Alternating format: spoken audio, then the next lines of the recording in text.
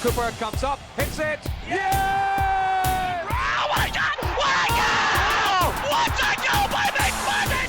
Dalglish. There's the goal! Richie!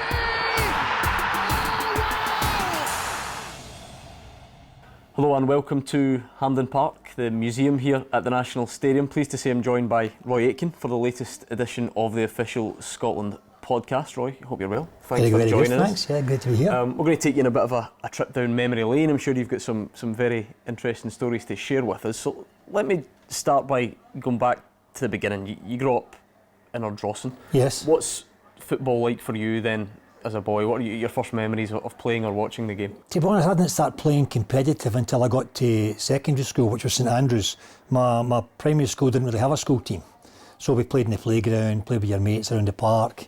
I mean, always be a ball at your feet sort of thing in those days. I mean, there was more opportunities just to go down the park and play with your mates rather than what there is now. But and then when I went to St Andrews Academy was when I started playing more structured, organised football, and that was like under 13s, obviously first year. But quickly, it sort of things developed since then, because I played with local A United Boys Club as well in the afternoons. It used to be Ayr Boswell and A United Boys Club. And that was like first and second year, and then just when I was in second year at school was when I got approached by A United to sign an S form. The coach of the boys club came to me and said, look, we'd like to sign, but we only sign so many players. In those days, we only signed so many players in 1 year. So my dad had said, oh well, that's interesting, but we'll wait and see to the end of the season. So I was still 13, it was about September, October time, at the same time as the local, the Ayrshire Celtic scout came to my door as well at the same time, and said to my dad right away, a guy called John Murray, who I was actually one of his sons taught me at school. Michael Murray, and his other son was my financial advisor later in the years. But anyway, John Murray came to me and said he wanted to sign right away. So obviously the chance to sign for Celtic, I was still 13 just before my 14th birthday, but I could have signed for A United that previous month had they carried it through, but I then signed for Celtic. So that was a sort of background to my early days, and I was playing with the school team. I continued to play with A United Boys Club until 15, and then I moved to Celtic Boys Club at 16. That must have been quite a quick turnaround for you, because in the space of a couple of years you've made your Celtic debut. You're in the Scotland under-21 set up at 16, 17 as well. What was under-21 national team football like back then, perhaps compared to what it's like now? Much the same in the sense of what it's like. I mean, you're right. I mean, it went very quickly. For me, signing as a schoolboy at 13, 14, I obviously then went out. All the S forms are brought in at under 16 level. It was a thing that John Higgins, under Frank Kearney, did at Celtic Boys Club. And a lot of the boys, obviously, the people like Peter Grant, Paul McStay, Charlie Nicholas, we all came through the same system. Derek White, we all came through that boys club system, because all the S forms were brought into Celtic to play under 16. And then the following year after I left the boys club, I went straight into Celtic's reserves team. I didn't go, normally in those days a lot of boys went out to juniors, like people like Kenny Dalglish and Danny McGinn, all these boys went junior for a year or so. I went straight into the reserve team, and I made my debut that year at 16. And then under John Haggart, I think he was the first under-21 coach before Andy took over. I bypassed the youth team actually. I didn't play under 18 Scotland youth, so I was in a couple of squads, but I actually played for the under-21s when I was 16, 17, so I sort of missed out at the youth level and went straight to under-21s. But it was good. I mean, it was great. I try to think compared to now. I mean, I was still at school then, so it was a slightly different sort of surreal scenario, playing with Celtic's first team and playing with Scotland under-21s when I was still at school for that final year. I was doing my hires. What are your memories of playing under-21s? Because we always talk about sort of bridging that gap, don't we, between 21s and the full squad. Were there guys in that team that you perhaps thought would have gone on to have great careers that didn't quite make it, or were most of them making the step up? A lot of them were making a step up anyway. I mean, you're talking about people like, I'm trying to think who's the team, but there was George, but the overage players, I mean, Asa Hartford played one of the games.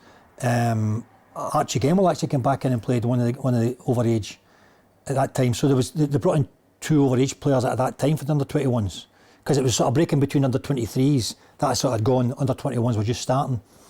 I mean, we went to Toulon with that group as well. Alan Hansen and Joe Craig under Andy Roxburgh were the two overage players that came along and helped us out. But you had George Burley, you had John Wark, You know, there was so many players that had come through. Arthur Albison, I can mention 18 different ones that all played. Graham Sinclair, I played with Celtic.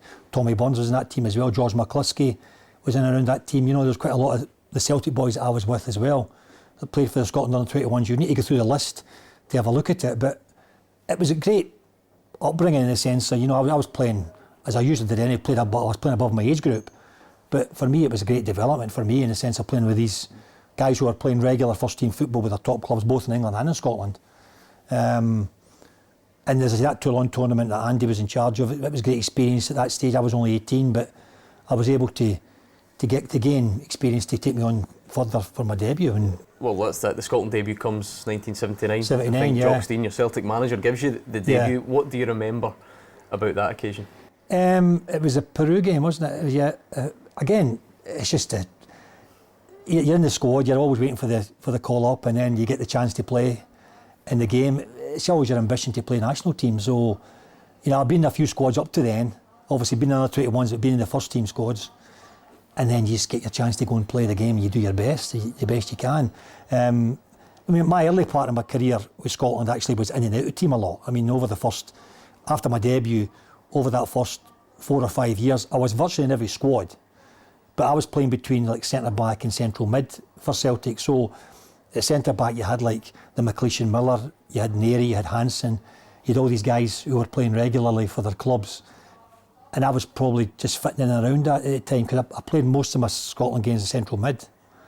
So the early part of my career, the first 4 or 5 years, in fact, the first 5 years I probably played like 11 games, but was in like maybe 40 squads. So it was a bit frustrating coming to the games and maybe not getting involved. And then I remember prior to the 82 World Cup, I was involved in a couple of the squads, but was probably playing more at centre back. And then Jock's team I remember he picked Alan Evans from Forest, who'd won the European Cup that year. He picked Alan Evans to go with the squad, and I missed out in 82. I was a little bit disappointed at that time, I've got to be honest, because I thought I'd played really well for Celtic over that year. I'd been in a couple of squads, hadn't really done anything wrong, but wasn't picked for the final 22, I think it was that time. So that was probably disappointing to me as a player, having been involved in a lot of squads but not travelling to the World Cup. And I think it was because he picked 1 or 2 others at that time to take their place. What was Jock Stein like as a manager then? I'm sure you could go on all day about that, but any sort of stories in particular that sum up what he was like as a manager? I mean, I had him both at club and international. He definitely mellowed more with the national team because I think he realised that he was, in a sense, the national coach is borrowing players, It's not your players every day, every week. So you're getting the players to come in, in those days it was maybe even only 3 or 4 days at a time. Not unlike now, where it's a double header. It used to be you turned up on the Sunday night and you played on the Wednesday and you're back to your club on the Thursday. So you only had the team for 3-4 days, which was difficult, I think, for the national manager. The secret with the national manager in those days was making sure he got the blend of the team, which, to be fair to Big Jock, that was his strength. I remember at Celtic. But at Celtic he had, he ruled with that iron fist at Celtic. He was in total control as a coach. He'd been there and done it with the Lisbon Lions, with all that group that came before me. I got him for 2 or 3 years at the end. Obviously he gave me my debut at Celtic. Him and Sean Falm was caretaker because Jock was in hospital that year that I got my debut. But then he came in and took over, and he was the first player to actually move me from, because I played as a young boy from centre back into central midfield, like a defensive midfield player. I hadn't really been done then a lot, but he, as a coach, the coach he was, saw that as a position that I could play in, and that's probably where I played most of my games with Scotland as well. Does that sum him up then, seeing something in you that perhaps others didn't see? I think the ability to build a team was what Jock's strength was, as all the top managers are. Alec Ferguson done it 3 or 4 times at Man United, and you look at people like Mourinho and Guardiola, these guys, the top guys, even Brendan Rodgers at Celtic now, he's built his team.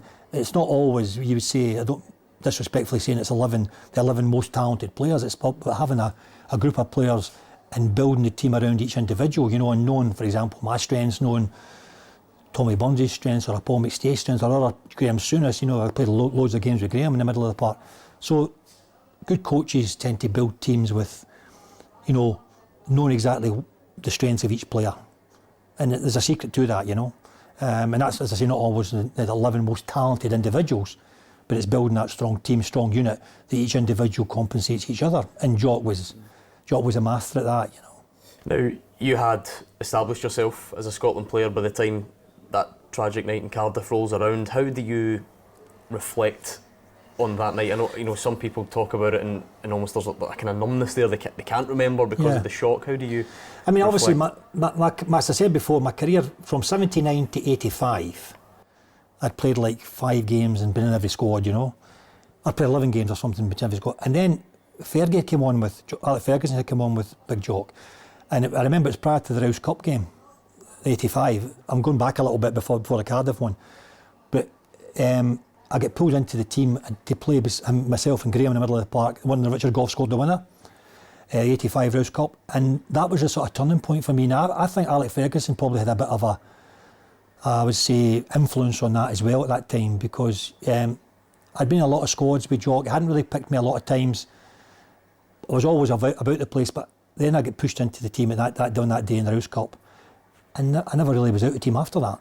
We played against Iceland the following week, beat them in the World Cup. And then that was a build-up going towards that championship. And then with the games, obviously the games and the playoff games against Wales. And on the night, and you don't realise the pressure I suppose a manager's under. Going into that game, such a big, you're carrying the nation's hopes. That's that playoff game. And I suppose the pressure was just too much for him. Well, it was too much for him on the night. We didn't really realise, as a player, I'm trying to think about in the build-up to the game, was it anything different? No, he was meticulous in his preparation. We knew everything we had to know about our own specific jobs. We knew everything we had to know about the opposition. Some people say afterwards, he wasn't keeping well up until then, and there was signs that he was under, physical pressure, But on the night of the game, obviously, David Cooper scores the penalty. We get the draw we needed to qualify, or to get to that next level. And obviously, we come off the pitch and we'd heard the sad news, and it was devastating for the dressing room. The dressing room was just completely silent after the game because we knew something tragic had happened. There wasn't any celebration going on. Celebration being on the pitch, but once we got into the dressing room, it was flat, and then obviously we had the sad news that Jock had passed away. And we knew on the night, we had the Professor Stuart Hillis was with us, the heart surgeon, everything, as my understanding was, everything was done on the night to try and revive him, but it was just such a massive heart attack that nothing could be done, and the whole thing was just flat after that, And the tragedy of it is that football does continue. Sir Alex comes in and takes over. I think it's a friendly with East Germany next that you draw 0-0. As a group, how on earth do you move on, and what part does Sir Alex play in sort of getting you up for the next challenge? Well, he plays a part because he was a master at what he did as well, of the man management, of the preparation. You're right, football moves on, life moves on in these scenarios, and it was Jock's team, but it was Jock's and Sir Alex's team really. It was moving forward, and so he was the perfect person to be able to take the team forward and motivate us and organise us in such a way of being able to. Well, the target was to get to the World Cup, get to Mexico. That was always been the target then, and that's what Jock wanted. That's what Jock put all his efforts into doing. And really, Jock's life was football, and for him to pass on a night like that, from him, it was his whole life was revolving around football anyway. So it was just a case of moving on into the next level, or the next stage, and the tragedy was behind us then, and it never goes away, and you never forget it. But you've got to move on and deal with the scenario moving forward, and we had a job to do, and that was to try and get the team to the Mexico World Cup, because you see how much it means to the fans, at the time. It's such a big event, such a big challenge, such a big achievement to get there. And it was Jock's team that was going there, Of course, the playoff then against Australia, that's still a long journey. It was a long journey back then, maybe felt even longer in the 80s. What was that like to be a part of? It was strange to that, because they cancelled the games. It was the first time ever, I think, that they cancelled the games prior to it and afterwards because of the journey. The first game being here, gave us a good lift to get there. 2-0 at Hampden was terrific. It was because you knew it was going to be a tough game over there, and the journey itself was going to make it even tougher. But they had, the SFA under Alex, they'd done everything they could. We had all business class flights all the way down there. They'd sectioned off a section of the plane for the players.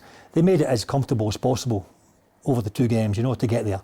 But the biggest game was obviously the winning the game at home gave us that, base to go over there and get a result. And we knew that, anything, a draw and that, and obviously 2-0 up, but it made it a lot easier going there. But it was a surreal sort of game because of the fact that we had to cancel games before and then cancel games afterwards, because the jet lag does take its toll.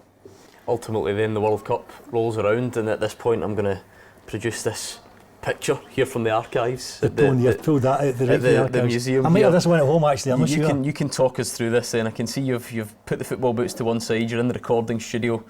You see me, I've kept well away from the mics, that's what I've kept to the side. So this is the World Cup song, in the middle there, presumably. Who have we got here? You can run through his back row. You've got all the boys, Arnold Brazil, John Wark, Stevie Archibald, Big Alec.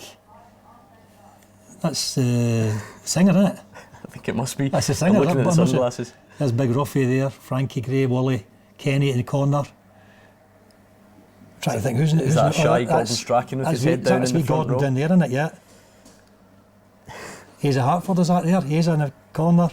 And you're well away from Danny's the right in the middle. There's a few faces missing for that right enough, so I don't know where that was. I'm just not sure where that was taken. But I mean, we're here in the museum, and I think we've got the we've got the song behind us as well. That's a picture. And in many ways, perhaps relevant to right now, where we're so desperate to get back to a major tournament. That sort of sums it up, doesn't it? I mean, everyone's desperate for the football side, but everything that goes into it. Correct. You guys. To be fair, it was a good song. It was a good record. It was one of those catchy ones. One of the punters could really sort of, hone in on, and sort of associate with. Still got a copy at home? I will have a copy of it somewhere, I'm sure, up the loft. Probably my wife will have put it up the loft somewhere.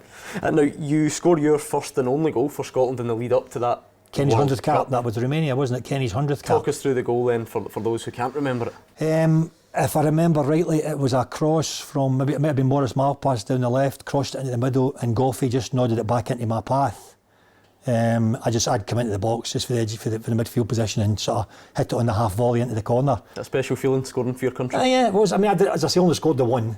I actually did score, and if you look back, I scored against Denmark in the World Cup tie, but they chalked it off for offside. I don't know if you remember seeing that one. That was another one that was a bit of a blow for us because. See, I was going to get to that, but that obviously still that still annoys you because you just brought it up. So. No, it doesn't annoy me because I think.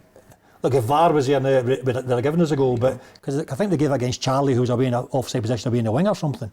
But that was such a close game that that could have made a difference to us. In fact, it would have made a difference to us had we got that goal. But it's all ifs and buts. But no, the remaining goal was a highlight for me because it was my only goal for my country. How do you look back on the World Cup as an experience then? Like I say, unfortunately, we are now entering a full generation of Scotland fans who've never seen us at a major tournament. What was it like to go there? How do you reflect on that World Cup? Two completely different World Cups in the sense of Mexico and Italy. I mean, the Mexico one, Sir Alex took us away down to Santa Fe in New Mexico for altitude training. We went there 3 weeks prior to the tournament, and so the preparation, everything was like, spot on. I mean, he had Walter Smith, he had Craig Brown, he had Andy Roxburgh, all these guys are with him as well. So, and really he made it such. There was a good bond in that group, that '86 group that went to Mexico. Such a tough tournament because we knew the conditions were going to be so hard. Recovery in those conditions was so difficult. That's why it took us down to New Mexico. Then we went down to Los Angeles and back up. The whole sports science things that was starting to develop in football at that time. The whole sports science was kicking in. The food we ate. The nutrition side of things, the hydration side of things, altitude training. It did everything possible to make it as comfortable as it could for a Northern European team to go down to Mexico to play the World Cup. It was still so difficult though. I mean, the 3 games obviously, Denmark, Germany, it was a tough group, Uruguay was such a tough competition, and we were a bit unlucky in the games, to be honest. As I say, we mentioned the Denmark game, we get beat after Gordon scoring the first goal against Germany.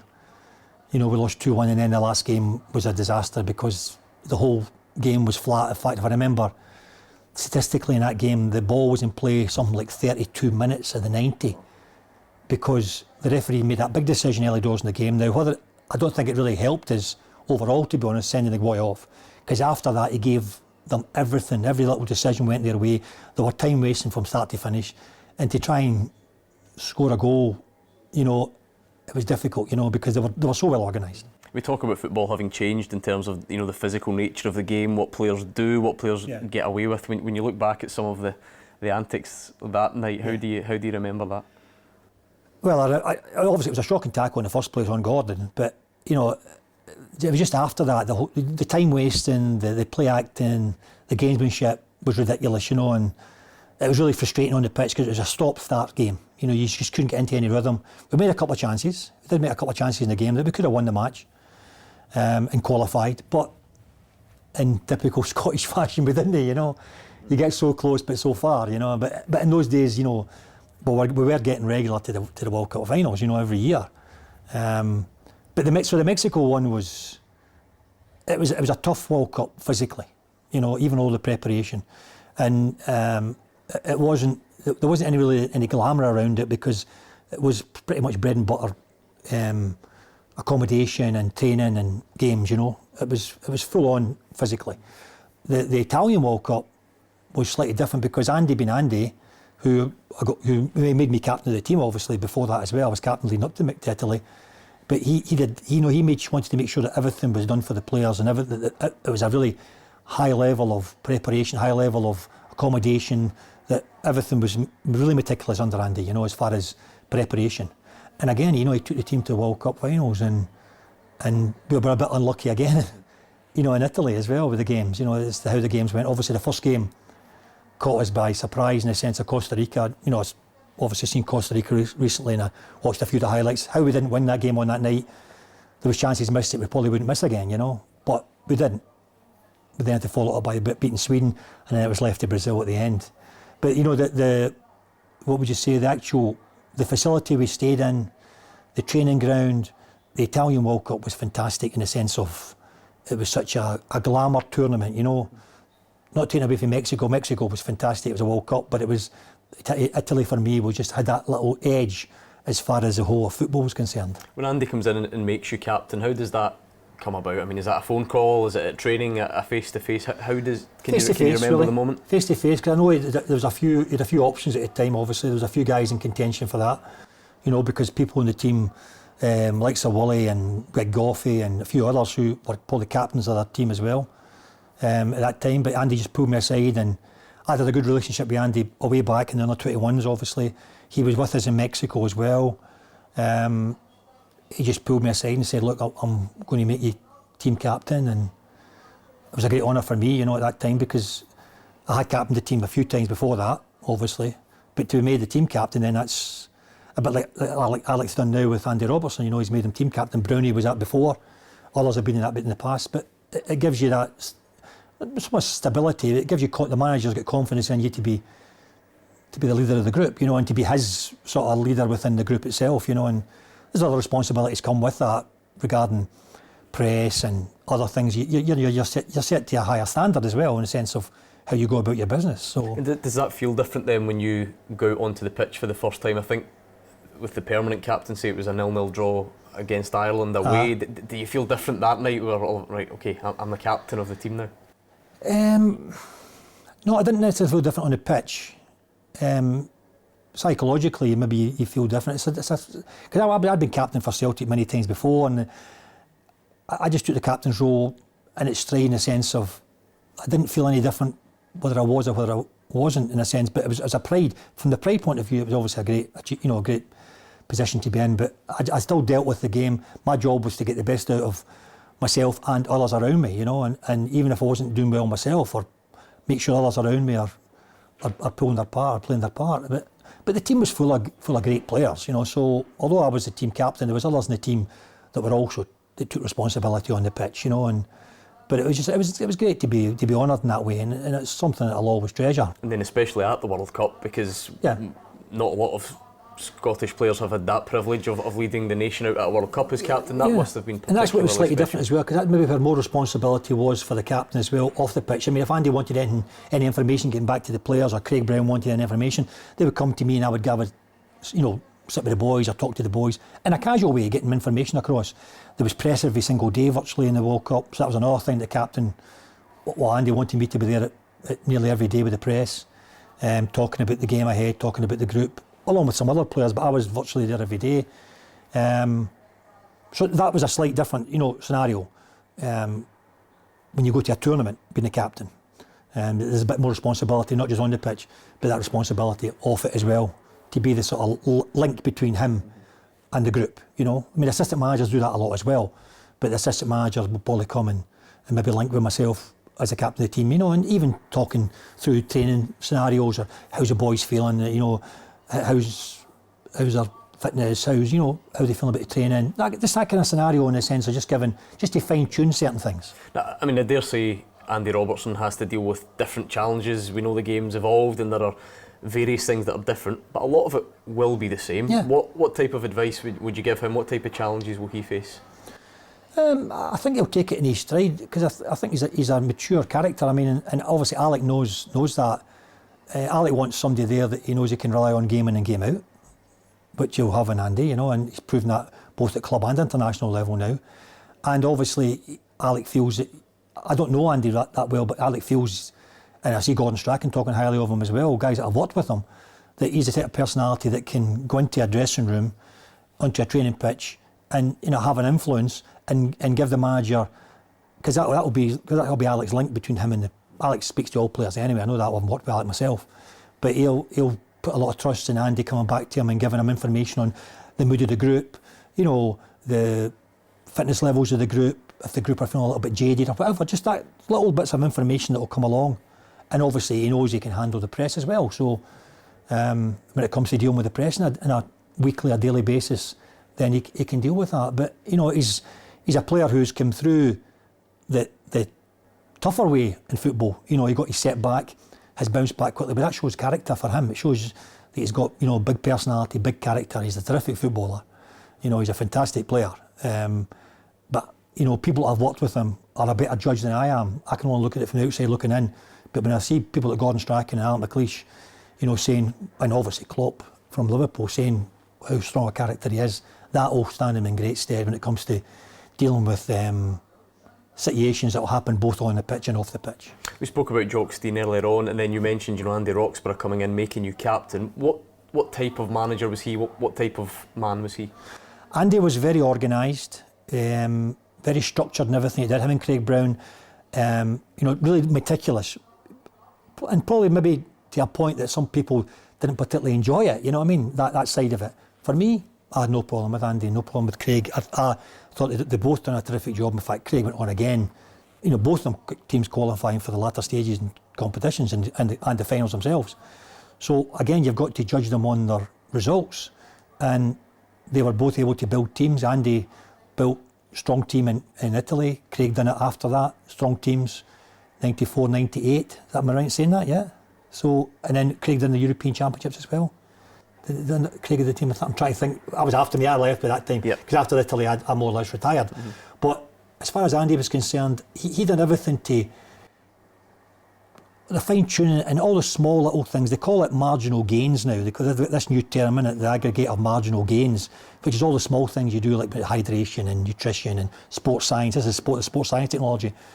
But Andy might have been a little bit ahead of his game, and that's ahead of the game in that sense that he did everything. He made sure that the diet was right. He made sure that the training facilities were right. The hotels were always first class. There was never an excuse for a player to turn around and say, I felt under Andy's regime, oh, this wasn't right or that wasn't right. You know, some Scotland teams in the past have complained about certain things that weren't right with the facilities or training ground or travel or whatever. No, Andy made sure everything was right there. And also when it came to preparation, you know, he videoed all the training sessions.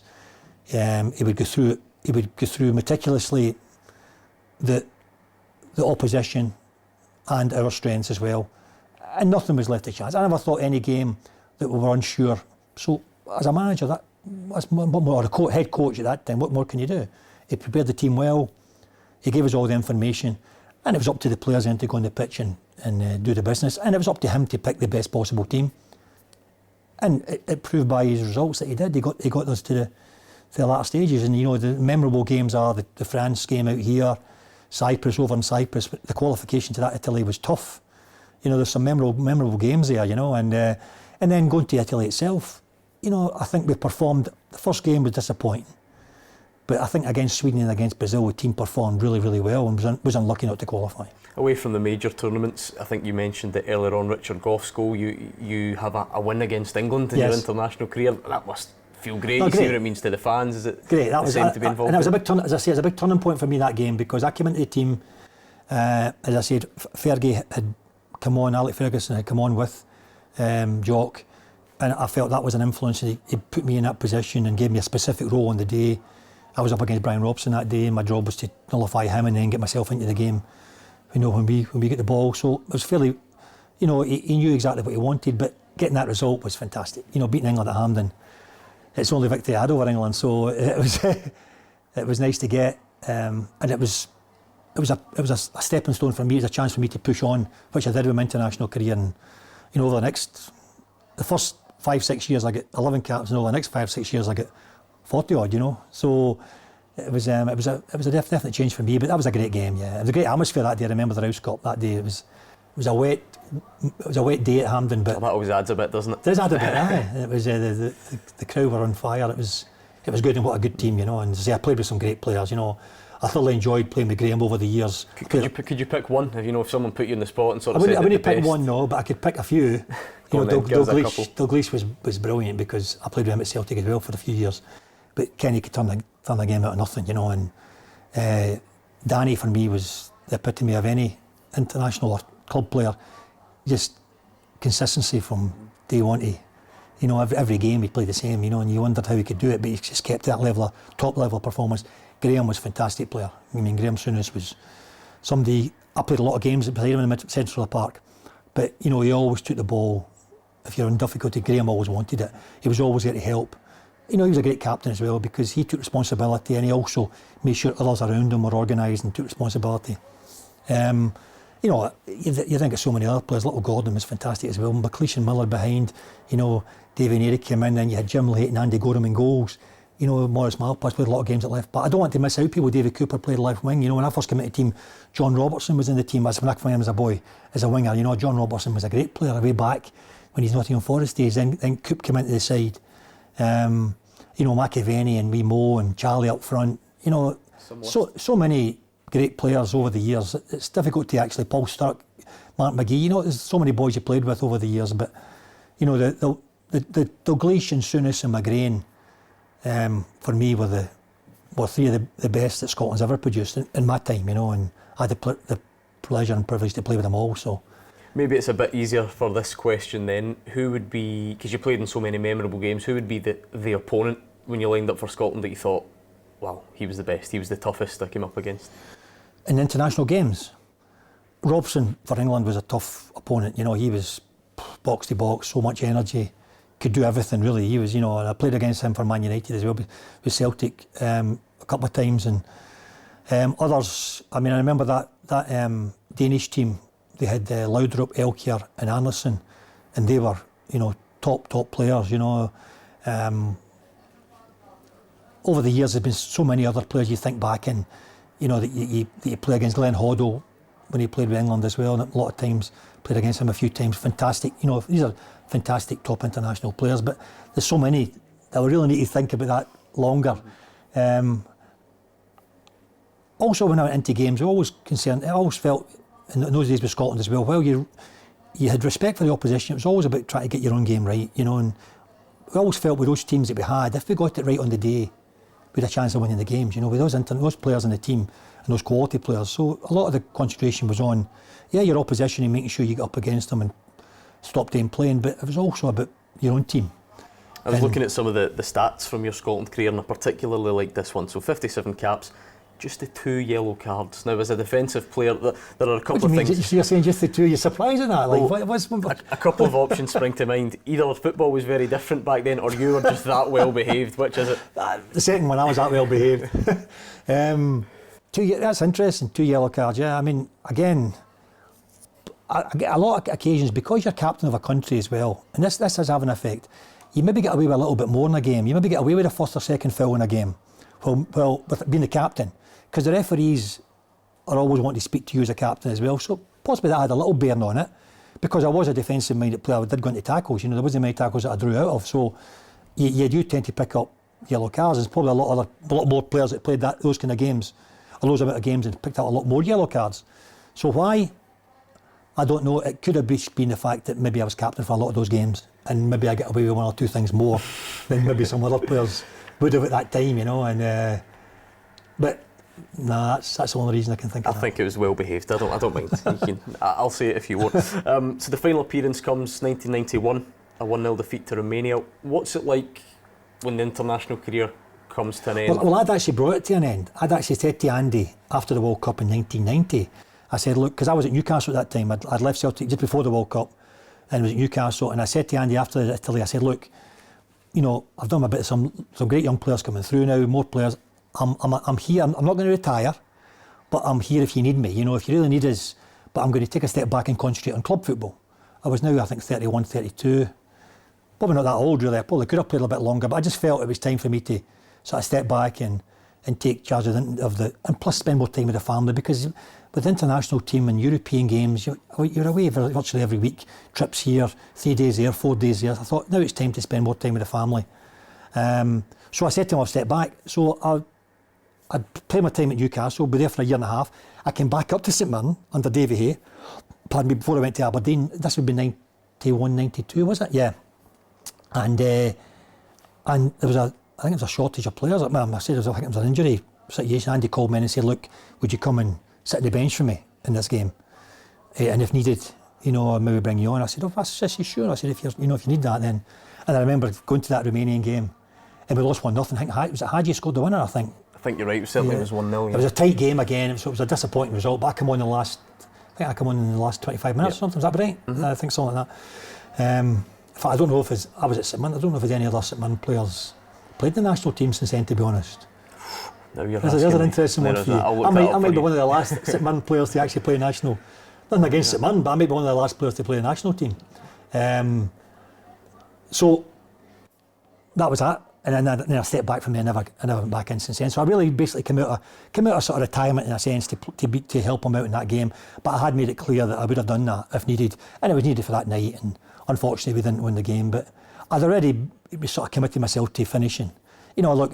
So it wasn't that sort of sad ending where you wanted to go on? No, I finished after being captain of the World Cup. Really, that's where I see it. That's where I saw it. And finished a high. But I never look back. And people say to me, "Oh, do you miss playing? Do you miss this?" To be honest, I've been so lucky that I had a great playing career, played with some great players, great clubs, international football, you know, captain of my country, World Cups. I look back on it with pride and honour, and I don't look back and think, oh, I wish I was playing now, I wish I was still playing. Playing's the best part, for sure. Playing's the best part of football. Coaching manager's the next best thing, and I've done all that. So it's the Scotland time was fantastic, great memories, and it's something I'll always treasure, and it's nice to look back and things like this when you bring up little bits and pieces that I forget, you know, as well. So, how was the coaching side of it? Because of course you come back with Alex McLeish in his first spell in charge. Yeah. What was that like to be involved in? I enjoyed that. I mean, obviously I'd been coaching because I'd been at Aberdeen. Done all my badges down at the SFA along with a lot of the guys we're talking about here, with all my peers and mates at that time. You know, there were badges under Randy Roxburgh and the whole system with him and Craig Brown at that time, which was great. And really well respected, really. A lot of people come to Scottish coaching, and they still are, because they were just practical as well. You know, they gave you that practical experience of being able to get on the field, have the confidence to go in front of players and put your ideas. I don't think they didn't make you the coach, but they gave you the tools to work with to be the coach you were going to be. You still had your own ideas and certain things, but you picked up a lot of good habits, good ideas, good opinions, just generally good information from the courses. And then I done to Aberdeen, and then went down to Leeds with Dave O'Leary, Villa, and then Alec asked me after the Villa to come and join him here for the year with Scotland, and it was great because the team was flying. I mean, when I say flying, it was a real bonded group, you know. Walter had done a terrific job beforehand. Alex stepped in, and we were just trying to take it on again and keep momentum going. And that group, you know, to a man, you turned up for every game. They were always, it was a 25, 26 year squad. You know, you're picking them and they were all coming, and it's, you know, we had a great year, and I think Alec won 7 out of 10 games, was it? We won in that year. Mm-hmm. And I thoroughly enjoyed it. You know, it was really good. Different from day to day because you're only getting the players for short spells, but in between times, myself and Andy Watson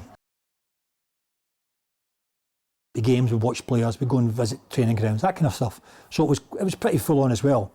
And neither of us were working anywhere else at that time anyway, so we could both really give Alec 100% sort of time, that he needed. We used to meet here regular up the stairs to discuss different things, discuss squads, and I really enjoyed it. It was a great experience, and it was another good experience for me, and another string to my bow in the sense of being able to go into that level and enjoy it. And as I say, the results at the time, just unlucky against Italy in the last game.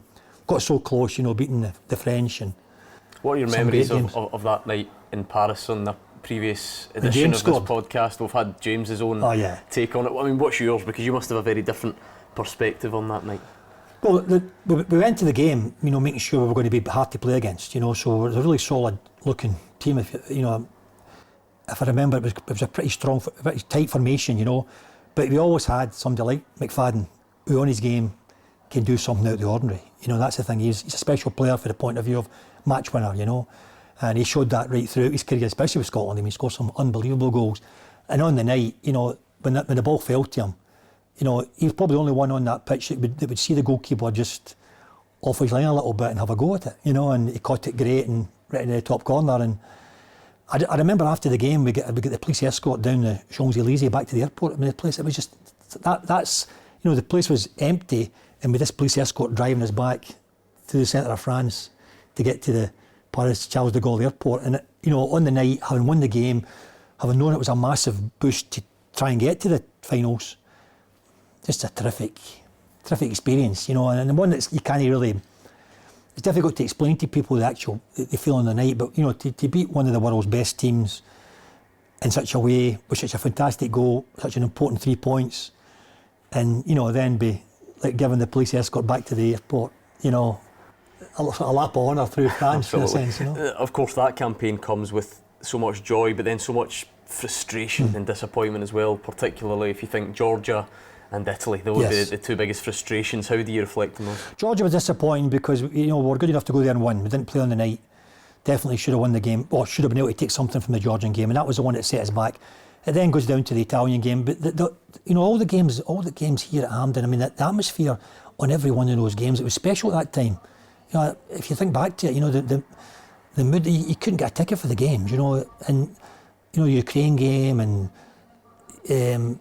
Just the whole build-up to every one of those games, and even the Italian game, just how we lost it at the end was so disappointing because it was never a free kick in the corner, and then we just switched off a little bit defensively to allow the boy to get the header in. It's a goal that probably the defenders and the goalkeeper at the time would probably look back and think, Mark, I've done a little bit better there, because they'd been outstanding, in the games prior to that. It was a bad goal to lose, albeit we felt a bit aggrieved because of the way the referee had given it in the last virtually couple of minutes. The free kick, it was never a free kick. But that's football, it's there's such a thin line between success and failure. The good teams manage to cross that line more often than not, and in the past, we're able to do that, going back into the 70s and 80s when Scotland were qualifying regularly. Now the team's got to get to that level again to be able to cross that line, and hopefully this time with the European Championship draw with the Nations League also a little back door, albeit it's a tough one. I was looking yesterday and seeing the route to get to the to be one of those teams that get through that door is difficult. But at least there's an opportunity there, and Alex building a team, a young side, that I think, I've got some terrific players, and hopefully they can cross that line and get to the next stage, because it is such a thin line, and one mistake, one mischance, one bit of poor defending can cost you. That does bring us to a close on the latest edition of the Official Scotland podcast. Please don't forget to subscribe, and I think it's only appropriate to finish by thanking Roy Aitken. I'm sure you'll agree, some fantastic stories, some great memories, and hopefully we'll do it again soon.